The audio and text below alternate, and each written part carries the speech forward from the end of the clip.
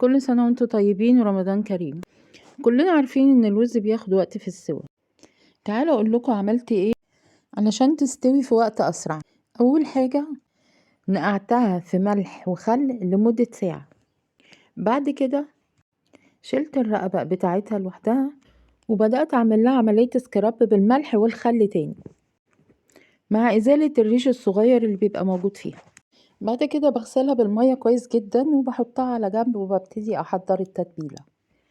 بشرت حبتين طماطم متوسطين وقطعت بصلتين كبار لحلقات. بضيف البصل للطماطم. بعد كده ببتدي احط عليه الفلفل الاسود حوالي 3 معالق يعني، فهي كانت الكمية الموجودة. بعد كده هحط عليه معلقتين من القرفة. القرفة هنا بتدي ريحة غنية للوز وبتبعد ريحة الزفارة. اضيف كمان معلقة صغيرة من الكركم اللي بيعمل توازن ما بين طعم المكونات وبيدي للوز لون ذهبي مميز، وكمان كمطهر من الزفرة برضو. سر كمان من اسرار التتبيلة اضافة معلقة من البابريكا اللي بتضيف للوز طعم مدخن وتوازن ما بين الاضافات. مزجت التوابل كويس مع الطماطم والبصل. اضفت بشر برتقانة وعصير برتقانة و3 جزرات متقطعين تقطيعات سميكة وفنجان من عصير التمر هندي. بدهن الوز كويس جدا بكل العصارة اللي موجودة. اضفت للحشوة 1 من البطاطس مكعبات وفصوص برتقانة. حشيت الوز بجزء من المكونات دي.